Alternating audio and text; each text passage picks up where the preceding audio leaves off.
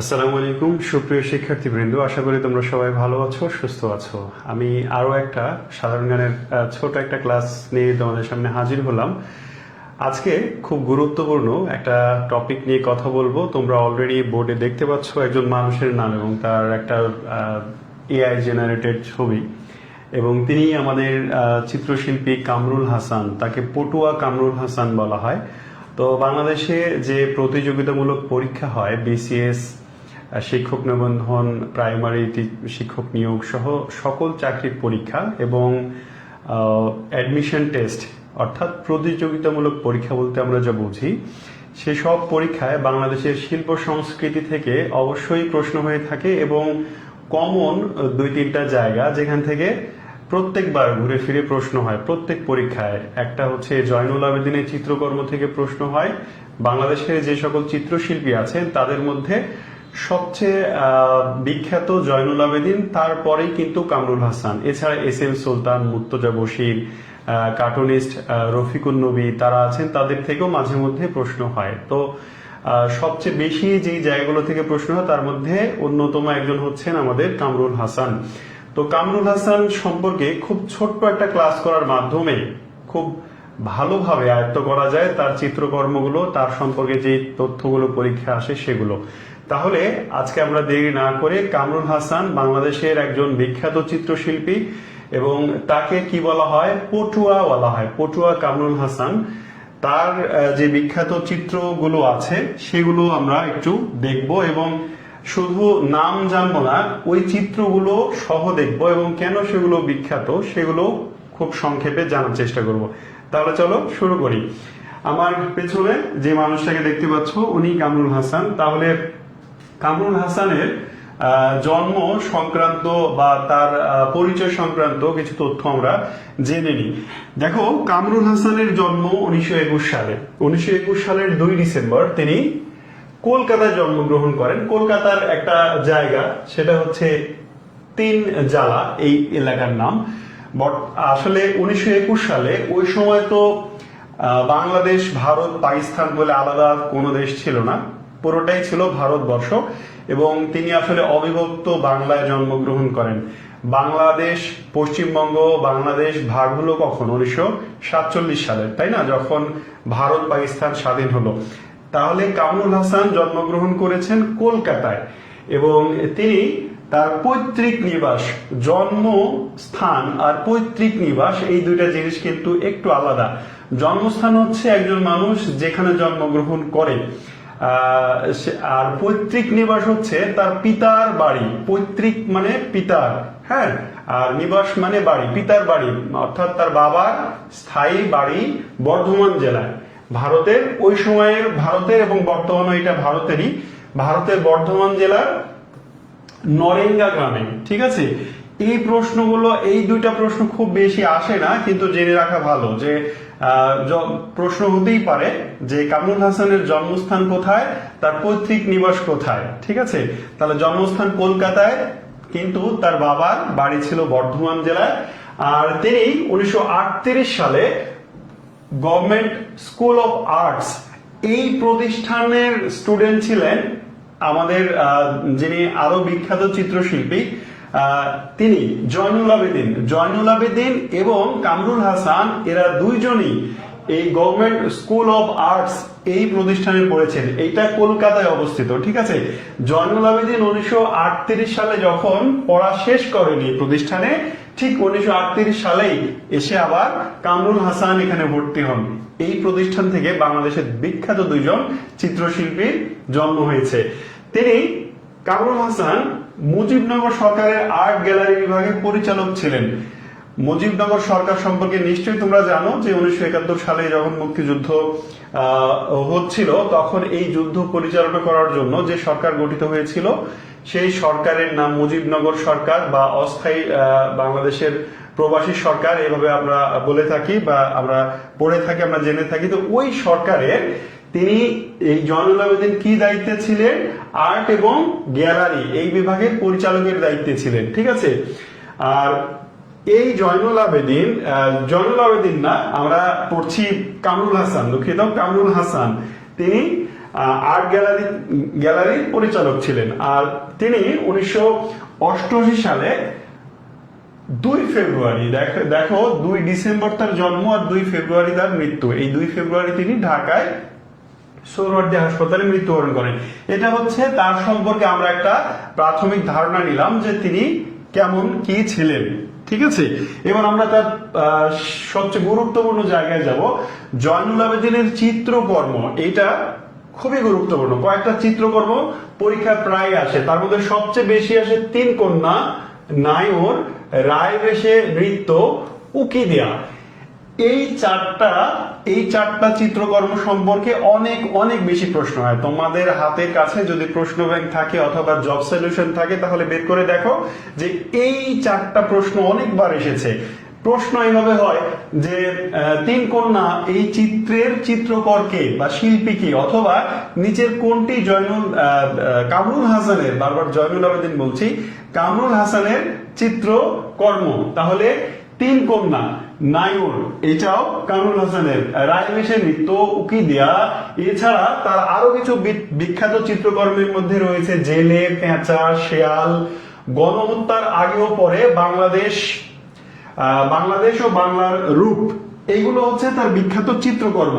তিনি আরো যে কারণে বিখ্যাত সেটা হচ্ছে, আমরা এর আগে একটা শর্ট ক্লাস নিয়েছিলাম, সেখানে বলেছিলাম যে বাংলাদেশের জাতীয় পতাকা এবং জাতীয় প্রতীক এই দুইটার ডিজাইনার কামরুল হাসান। কামরুল হাসান আসলে তার চিত্রকর্মের চেয়েও বেশি যে জন্য বিখ্যাত সেটা হচ্ছে তিনি বাংলাদেশের বর্তমান যে পতাকা আমরা দেখি, লাল সবুজ পতাকা, এই পতাকার ডিজাইন করেছিলেন কামরুল হাসান। এছাড়া বাংলাদেশের যে জাতীয় প্রতীক পানিতে ভাসমান শাপলা ফুল এবং 2 পাশে ধানের শীষ, এই প্রতীক, এটার ডিজাইনার হচ্ছেন আমাদের কামরুল হাসান। ঠিক আছে, তার বিখ্যাত 2টা পোস্টার আছে। তিনি আসলে শুধু একটা কারণে বিখ্যাত না, তিনি অনেকগুলো কারণে বিখ্যাত। তাহলে এই চিত্রকর্মের জন্য বিখ্যাত, তিনি পতাকা এবং প্রতীকের ডিজাইনার হিসেবে বিখ্যাত। এছাড়া এইখানে একটু স্ল্যাং আছে আর কি, এটা আমার কিছু করার নাই। তার একটা পোস্টার, যে পোস্টারের নাম হচ্ছে এই জানোয়ারদের হত্যা করতে হবে, এটা সম্পর্কে আমি এই ছবিগুলো দেখাবো তোমাদের, তাহলে বুঝতে পারবে। আরেকটা বিখ্যাত তার পোস্টার হচ্ছে দেশ আজ বিশ্ব বেহায়ার খপ্পরে। এই 2টা পোস্টারের জন্য তিনি অনেক বিখ্যাত। প্রথম পোস্টার তিনি 1971 সালে মুক্তিযুদ্ধের সময় ইয়াহিয়া খানের একটা ছবি এঁকে তার ক্যাপশন দিয়েছিলেন এটা। আর দ্বিতীয় পোস্টার, আমরা জানি যে বাংলাদেশের যারা যতগুলো স্বৈর শাসক ছিলেন তার মধ্যে একজন ছিলেন হুসেইন মোহাম্মদ এরশাদ। 90-এর যে গণ আন্দোলনের মাধ্যমে এরশাদের পতন হয়েছিল। তো এরশাদ সরকারের বিরুদ্ধে তিনি একটা পোস্টার রেখেছিলেন, যেটার ক্যাপশন ছিল এই নিচেরটা, দেশ আজ বিশ্ব বেহায়ার খপ্পরে। এইবার আমরা তো নামগুলো জানলাম, ছবিগুলোর সঙ্গে আমরা পরিচিত না, তাই না? তাহলে চলো ঝটপট আমরা ছবিগুলো দেখে নিই যে আসলে কোনটা কোন ছবি। আমার এই স্লাইডে আমরা 2টা ছবি দেখতে পাচ্ছি। একটা হচ্ছে, এখানে একটু খেয়াল করো, ছবিগুলো মনোযোগ দিয়ে খেয়াল করো। প্রথম ছবিটার নাম হচ্ছে 3 কন্যা, এটা হচ্ছে 3 কন্যা। হ্যাঁ, এটা 3 কন্যা, আর এটার নাম হচ্ছে নায়র। 3 কন্যা, এই ছবিটাতে আমরা দেখতে পাচ্ছি 3টা মেয়ে। কন্যা মানে কি? মেয়ে। 3জন মেয়ে, হাতে কলসি আছে। হ্যাঁ, আর পেছনে দেখা যাচ্ছে যে গাছপালা আছে, সামনেও 2-একটা গাছ আছে। তো এই ছবিতে আমরা দেখতে পাচ্ছি যে 3টা মেয়ে, 3জন কন্যা, তারা হয়তো পানি নিতে যাচ্ছে কলস নিয়ে পুকুরে বা নদীতে। হ্যাঁ, তারপরে সেখানে গিয়ে 3 বান্ধবী এক জায়গায় হয়তো গুজুর ফুসুর একটু গল্প সল্প করছে। হ্যাঁ, তো এইটা হচ্ছে 3 কন্যা। তো যারা আসলে চিত্রকর্ম বোঝে না তাদের কাছে এইটা হচ্ছে মানে বলবে এইটা আবার কিছু হইলো, 3টা মেয়ের ছবি আঁকাইছে, এটা আবার বিখ্যাত হওয়ার কি আছে।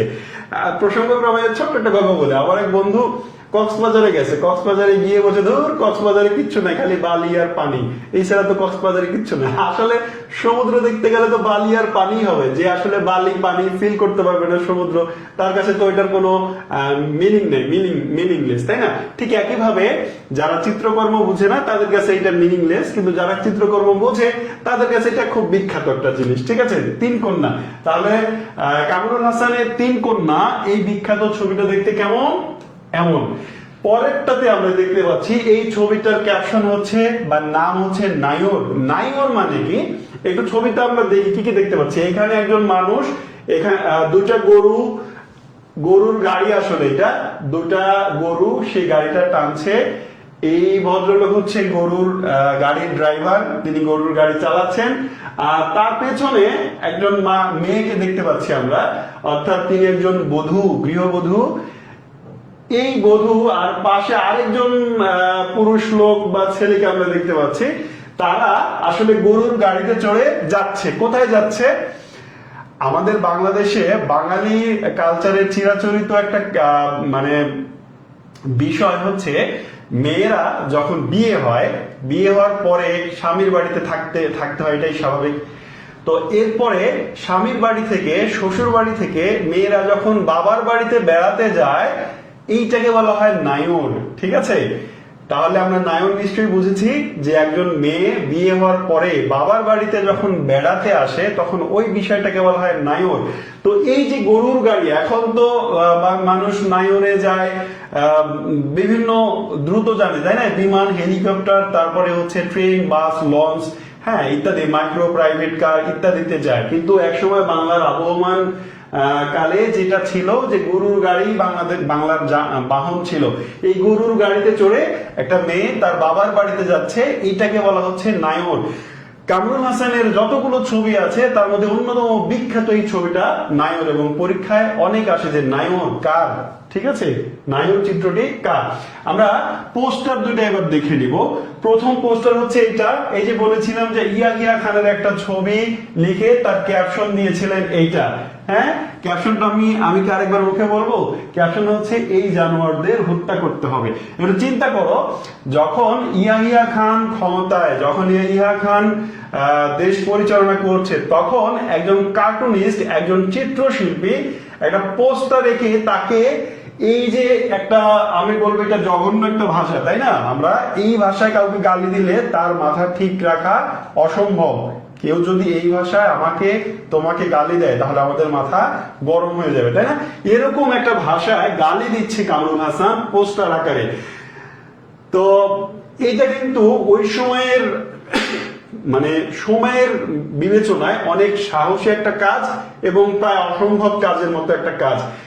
আমরা বাংলাদেশে দেখলাম কি, কোনো শাসকের বিরুদ্ধে সামান্যতম কটূক্তি করলেও জেল হয়েছে, হ্যাঁ জরিমানা হয়েছে, অত্যাচারের শিকার হতে হয়েছে। কিন্তু ওই সময় কামরুল হাসান এই পোস্টার রেখে শাসক ওই সময় যিনি, তাকে গালি দিয়েছিলেন।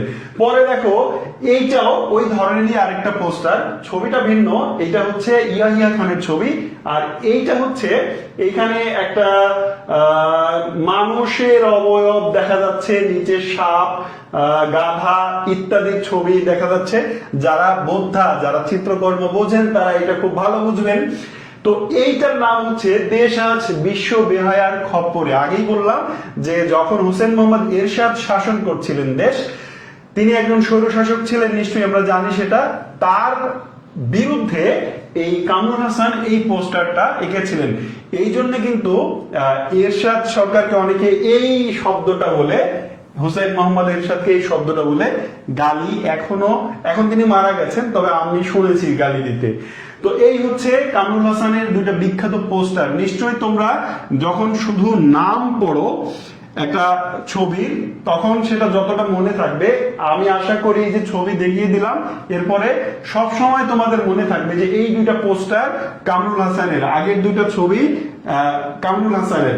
আমরা আরেকটু সামনে যাব। আমি এর আগের একটা ক্লাসে বলেছি বাংলাদেশের প্রতীক, পতাকা এবং মনোগ্রাম নিয়ে কনফিউশন দূর হবে, এরকম একটা ক্লাসে বলেছিলাম যে বাংলাদেশের জাতীয় পতাকা এবং প্রতীক এই দুইটার ডিজাইনার বা নকশাকারী হচ্ছেন কামরুল হাসান, সেই বিষয়টা আরেকবার দেখিয়ে দিই। যারা ওই ক্লাসটা দেখোনি তারা আমাদের পেজে ক্লাস আছে, একটু দেখে নিও ক্লাসটা। তাহলে দেখো এই দুইটা, এই যে জাতীয় পতাকা আর এই জাতীয় প্রতীক, এই দুইটার ডিজাইনার কামরুল হাসান। এছাড়া আমরা জানি যে এটা বাংলাদেশের মনোগ্রাম, এইটার ডিজাইনারকে আমরা এর আগের ক্লাসে দেখেছিলাম, এইটার ডিজাইনার এন সাহা, হ্যাঁ, নিত্যানন্দন সাহা। আর এই পতাকা যেটা মানচিত্র খচিত আছে, এই পতাকার ডিজাইনার ছিলেন, এই পতাকার ডিজাইনার কে ছিলেন? শিবনারায়ণ দাস। শিব নারায়ণ দাস। আর এই দুইটার ডিজাইনার কে? কামরুল হাসান। ঠিক আছে, এই হচ্ছে আমাদের কামরুল হাসান সম্পর্কে খুব সংক্ষিপ্ত একটা ক্লাস। আশা করি যে এই ক্লাসে যে ছবিগুলো দেখালাম, যে বিষয়গুলো বললাম, এগুলোই আসলে পরীক্ষায় ঘুরে ফিরে আসে। খুবই সংক্ষিপ্ত একটা ক্লাস, এবং এইটা করলে আমি নিশ্চিত যে তুমি যে কোনো পরীক্ষায় কামরুল হাসান থেকে এর বাইরের প্রশ্ন আসবে না ইনশাল্লাহ, তাহলে তুমি অবশ্যই পারবে। তাহলে আজকে এই পর্যন্তই, আবারও আগামী দিন আরেকটা ছোট চমৎকার গুরুত্বপূর্ণ কোনো টপিক নিয়ে কথা বলবো। ততক্ষণ পর্যন্ত ভালো থাকো, সুস্থ থাকো, আল্লাহ হাফেজ।